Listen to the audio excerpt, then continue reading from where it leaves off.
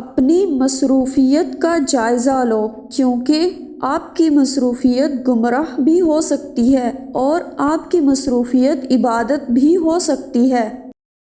بری تعلیم سے بہتر ہے کہ انسان بغیر تعلیم کے رہے، کیونکہ بد تعلیم کی اصلاح کرنا بڑا مشکل ہے اور بے تعلیم کی اصلاح ہو جائے گی۔ نیکی کا سفر یہ ہے کہ ارادہ ہو، نیت ہو اور آپ کا دل بھی سفر کرے اور آپ کا وجود بھی سفر کرے۔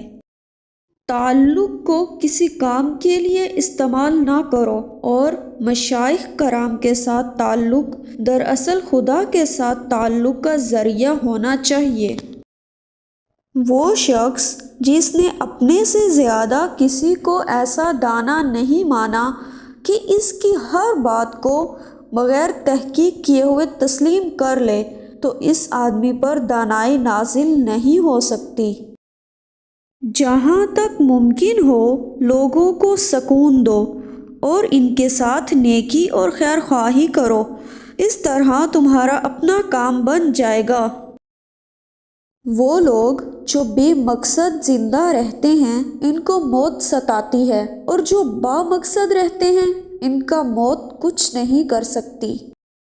اگر انسان کو یہاں سے رخصت ہونا یاد رہے تو وہ بہت ساری تکلیفوں سے بچ جائے گا۔